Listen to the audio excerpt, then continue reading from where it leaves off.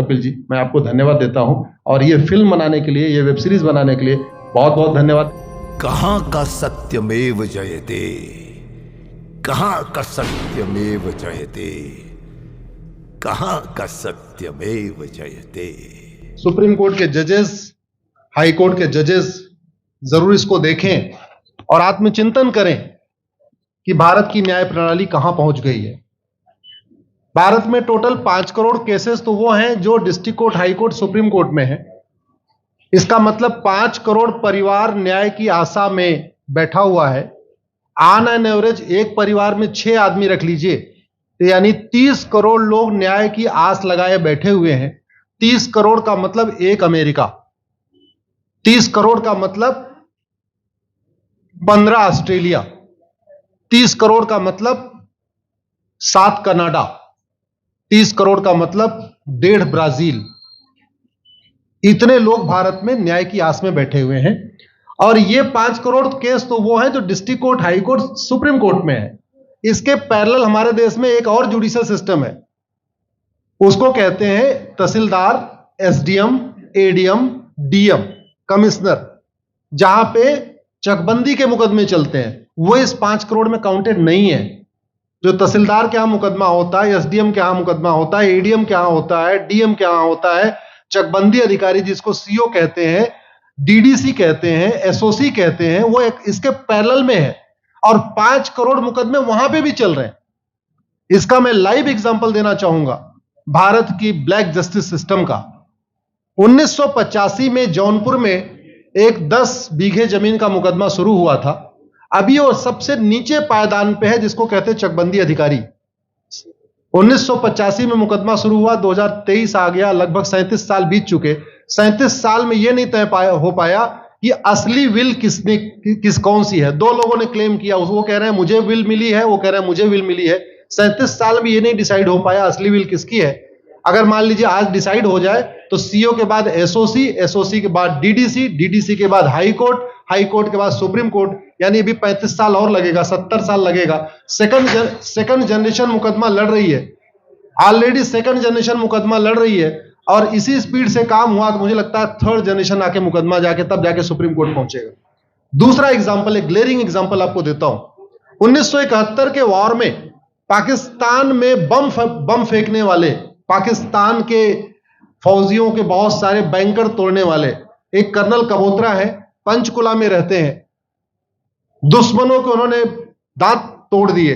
आज 2000 से उनके मकान पे किसी ने कब्जा किया हुआ है। 2023 आ चुका है, 23 साल में वो अपने मकान को नहीं छुड़ा पाए। अभी मामला पंचकुला की डिस्ट्रिक्ट कोर्ट में है, उसके बाद चंडीगढ़ हाई कोर्ट जाएगा, फिर सुप्रीम कोर्ट जाएगा। तो 23 साल में वो सबसे नीचे पायदान पे है। वास्तविकता यह है, अंग्रेज चले गए, अंग्रेजी कानून यहीं छोड़ गए, अंग्रेजी व्यवस्था यहीं छोड़ गए। यह व्यवस्था भारत में न्याय देने के लिए नहीं बनी थी। यह जो न्यायिक जुडिशियल सिस्टम था भारत में जो बनाया गया, वो केवल और केवल भारत को लूटने बांटने के लिए बनाया गया था। क्योंकि कानून वही चल रहा है, जुडिशियल सिस्टम वही चल रहा है, इवन हमारा ड्रेस भी वही चल रहा है। अंग्रेज काले कपड़े पहनते थे, हम भी काले कपड़े पहनते हैं। अंग्रेज जून के महीने में उनको गर्मी लगती थी तो 1 महीने छुट्टी करके इंग्लैंड चले जाते थे। आज भी हमारा हाई कोर्ट, सुप्रीम कोर्ट पूरे मई जून बंद रहता है। अंग्रेजों को क्रिसमस के टाइम में दिसंबर में छुट्टी मनाना जाना होता था, 1 महीने छुट्टी कर चले जाते थे। आज भी हमारी हाई कोर्ट, सुप्रीम कोर्ट दिसंबर में क्रिसमस के टाइम में 15 दिन 20 दिन बंद हो जाती है। तो सोच वही है, किताबें वही है, व्यवस्था वही है, कानून वही है, तो स्वाभाविक सी बात है जस्टिस होगा कहां से? जस्टिस कैसे होगा? हम 2023 में 1860 का इंडियन पिनल कोड लेके घूम रहे, 1861 का पुलिस एक्ट लेके घूम रहे, गवाहों के बयान 1872 के कानून से हो रहे। हमने सब कुछ वर्ल्ड क्लास कर लिया, लेकिन अपने जस्टिस सिस्टम को कंपेयर करने की कोशिश ही नहीं किया। जितने में एक एयरपोर्ट बनता है, एक एयरपोर्ट बनाने में 25,000 करोड़ की लागत आती है। अगर हमारी सरकारों ने एक एयरपोर्ट की कीमत जुडिशियल सिस्टम पे खर्च कर दिया होता तो हमारी न्यायिक व्यवस्था अच्छी हो गई होती। आज घटिया, चूंकि अकाउंटेबिलिटी नहीं है, जुडिशियल सिस्टम में कोई अकाउंटेबिलिटी नहीं है। किसी के साथ न्याय हो जाए, अन्याय हो जाए, कोई फर्क नहीं पड़ता। निर्दोष को जेल हो जाए, जज की कोई अकाउंटेबिलिटी नहीं। दोषी को बेल हो जाए, जज की कोई अकाउंटेबिलिटी नहीं। लाख लोग जेल में सड़ रहे हैं, लाखों धोखेबाज भ्रष्टाचारी बाहर घूम रहे हैं, मूल कारण है ब्लैक जस्टिस सिस्टम। आपने बहुत अच्छा आपने इस पे वेब सीरीज बनाया है, और इस देश में world class airport, world class highway, world class shopping mall, सब कुछ वर्ल्ड क्लास बना लिया। इनफैक्ट अपना मोबाइल का डेटा सुरक्षित रखने के लिए हमारे सांसद, विधायक, जज आईफोन भी यूज करते हैं, अमेरिका का आईफोन यूज करते हैं, हमारा डेटा सुरक्षित हो जाए। लेकिन भारत सुरक्षित हो जाए उसके लिए यह नहीं देखते कि जापान में कौन सा कानून है, अमेरिका में कौन सा कानून है, सिंगापुर में क्या अच्छा चल रहा है। कनाडा में रेंट का मामला एक डेट में खत्म होता है। सिंगापुर में अभी कुछ दिन पहले एक व्यक्ति के पास 900 ग्राम गांजा पाया गया, उसको फांसी हुई है। दोबारा वहां ड्रग स्मगलिंग होगी क्या? तो भारत में चाहे वो ड्रग स्मगलिंग है, माफिया राज है, ह्यूमन ट्रैफिकिंग है, इन सब के लिए हमारा जस्टिस सिस्टम जिम्मेदार है। कोई भी अपराध होता है उसमें दो पक्ष होता है, एक पीड़ित, एक अपराध करने वाला। जो पीड़ित होता है वो चाहता है जल्दी उसको न्याय मिल जाए, अपराध करने वाला चाहता है मुकदमा लंबा चले। भारत का न्यायिक सिस्टम अपराध करने वाले के साथ खड़ा है। बलात्कारी चाहता है उसका मुकदमा 30 साल चले, और मुकदमा 30 साल चलता है। भू माफिया चाहता है कि गरीब की जमीन पे कब्जा कर ले, उसका मुकदमा 50 साल चले, और आज की डेट में मुकदमा 50 साल चल रहा है। इसका मतलब वर्तमान न्यायिक सिस्टम बलात्कारी के पक्ष में है, भू माफिया के पक्ष में है, ड्रग स्मगलर के पक्ष में है, ह्यूमन ट्रैफिकर के पक्ष में है, नक्सलियों के पक्ष में है, माओवादियों के पक्ष में है, जो लोग देश विरोधी काम कर रहे हैं उनके पक्ष में है। 40 साल 50 साल के बाद किसी व्यक्ति ने मिलावट करके लोगों का स्वास्थ्य खराब कर दिया, उसको 50 साल के बाद सजा हो रही है। इस बीच उसने कम से कम पता नहीं कितने लोगों का और भी कर दिया। तो ये जो जस्टिस सिस्टम होता है दवा की तरीके काम करता है। जैसे दवा अच्छी होती है बीमारी तुरंत ठीक हो जाती है, अगर दवा घटिया होती है तो बीमारी बढ़ जाती है। दवा खाने के बाद शरीर एज इट इज नहीं रहता, या तो बीमारी ठीक होती है या तो बीमारी बढ़ती है। अगर कोई आदमी एक गांव में किसी के साथ कुछ गलत कर दे, उसको 6 महीने के अंदर सजा हो जाए, साल भर के अंदर हो जाए, दूसरा अपराध वहां नहीं होगा। लेकिन अगर उस व्यक्ति को पनिशमेंट नहीं मिला तो स्वाभाविक सी बात है उसने उसको और मोटिवेट कर दिया। कहते नहीं ऐसे बुखार है, तुरंत 2 गोली खाइए बुखार ठीक हो गया। लेकिन अगर आपने दवा नहीं खाई या गलत दवा खा लिया तो टाइफाइड होगा या निमोनिया होगा। दुर्भाग्यवश ये हमारा जस्टिस सिस्टम यही कर रहा है। आज की डेट में जितनी समस्याएं हैं, चाहे वो घूसखोरी है, जमाखोरी है, मिलावटखोरी है, कालाबाजारी है, नशा तस्करी है, मानव तस्करी है, सोना तस्करी है, ड्रग स्मगलिंग है, या नक्सलवाद है, या माओवाद है, या कट्टरवाद है, जो भी समस्याएं हैं, उसका एक बहुत बड़ा कारण यह है कि हमारा जस्टिस सिस्टम उसको टैकल नहीं कर पा रहा है, उसको पकड़ नहीं पा रहा है, और इसीलिए भारत में अराजकता है। मैं तो इतने जानता हूं, ऐसी कोई बीमारी नहीं जिसकी कोई दवाई नहीं, ऐसी कोई समस्या नहीं जिसका कोई समाधान नहीं। हम हर चीज के लिए बाहर से चीजें खरीदते हैं, तो हम ये क्यों नहीं देख रहे हैं कि आखिर चाइना का जस्टिस सिस्टम कैसा है, सिंगापुर का कैसा है, कनाडा का कैसा है, फ्रांस का कैसा है, और अमेरिका का कैसा है।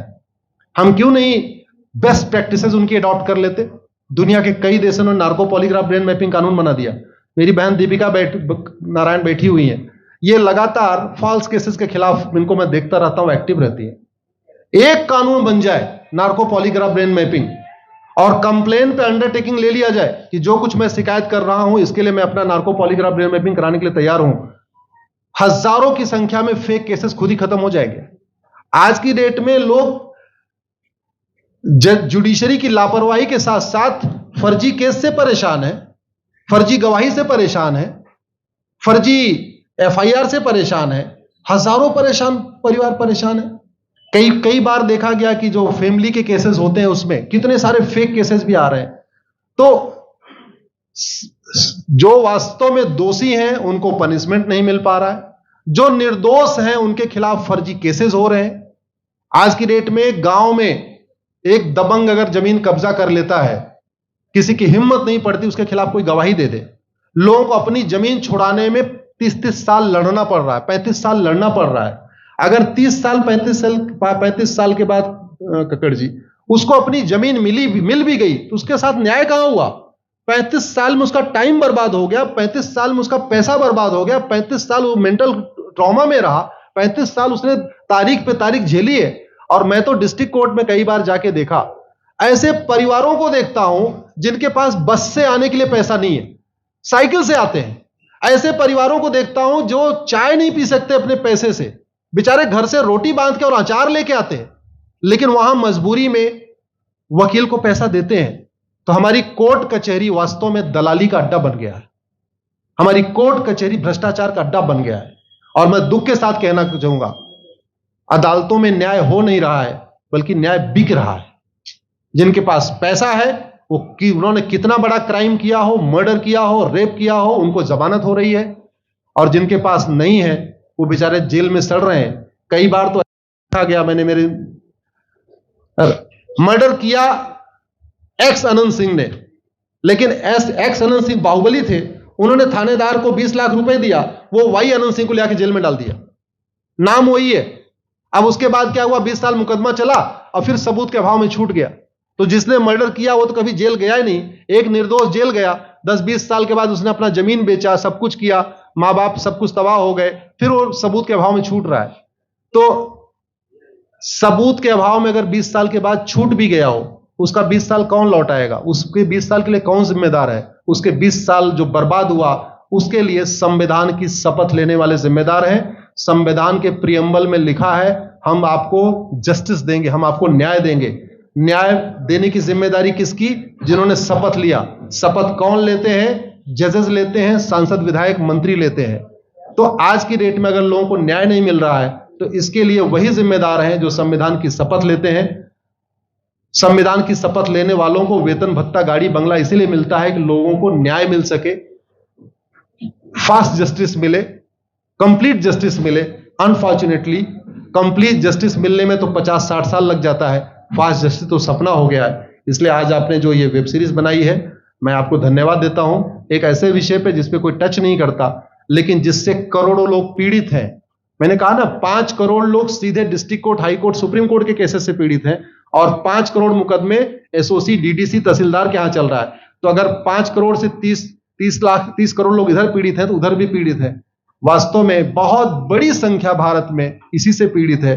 और अपराध, भ्रष्टाचार और जितनी भी अराजकता चल रही है, उसका मूल कारण भी यही है। जस्टिस सिस्टम अच्छा हो जाए, कानून सख्त हो जाए, कानून का खौफ पैदा हो जाए, न्यायपालिका का खौफ पैदा हो जाए, और ये थाने जो दलाली के अड्डे बन गए हैं, तहसील जो दलाली का अड्डा बन गया है, डिस्ट्रिक्ट कोर्ट जो कमीशनखोरी का अड्डा बन गया है, अगर इस पे कंट्रोल हो जाए तो वास्तव में भारत में फिर से राम राज्य आ सकता है। अगर जुडिशियल सिस्टम अच्छा हो जाए, तो जो राम राज्य की कल्पना है, धर्म की जय हो, अधर्म का नाश हो, प्राणियों में सद्भावना हो, विश्व का कल्याण हो, मुझे लगता है उसको फिर से जीवित किया सकता है। आपने मुझे बुलाया कपिल जी, मैं आपको धन्यवाद देता हूं। और ये फिल्म बनाने के लिए, ये वेब सीरीज बनाने के लिए बहुत बहुत धन्यवाद देता रहता हूं। दीपिका जी लड़ती रहती हैं, इनको देखता रहता हूं। बहन नेहा जी आई हैं, ये अपने गानों से मुझे लगता है बहुत अच्छा आप लिखती हैं। और इसी तरीके से कड़वा सच आप लिखते रहिए, कड़वा सच गाते रहिए। लोग आज की डेट में, यंग जनरेशन कड़वा सच सुनना चाहती है। मीठे झूठ ने इस देश में शुगर, डायबिटीज पैदा कर दिया।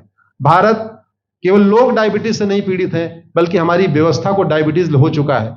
और उस डायबिटीज को दूर करने के लिए नेहा राठौर जैसी बहनें जो सही बात कह रही हैं, दीपिका जी सही बात कह रही हैं। आप लोग जो है बहुत अच्छा काम कर रहे हैं। और आपने, कक्कड़ साहब, आपने बनाया वेब सीरीज, आपको विशेष आभार, धन्यवाद देता हूं। यही निवेदन करता हूं, इस वेब सीरीज को ज्यादा से ज्यादा देखें। और खास तौर पे अगर आपके जानने वाले कोई जज हैं, कोई आईएएस हैं, कोई आईपीएस हैं, मंत्री, सांसद, विधायक हैं, उनको भी एक बार फोन करके, व्हाट्सएप करके एक बार कहिए कि वो भी इसको जरूर देखें। क्योंकि अल्टीमेटली न्यायिक व्यवस्था बदलने की जिम्मेदारी उन्हीं की है जिनको वेतन, भत्ता, गाड़ी, बंगला, free air ticket, free rail ticket और वीआईपी व्यवस्था मिलती है। ये व्यवस्था उन्हीं को बदलनी है। जय हिंद, धन्यवाद।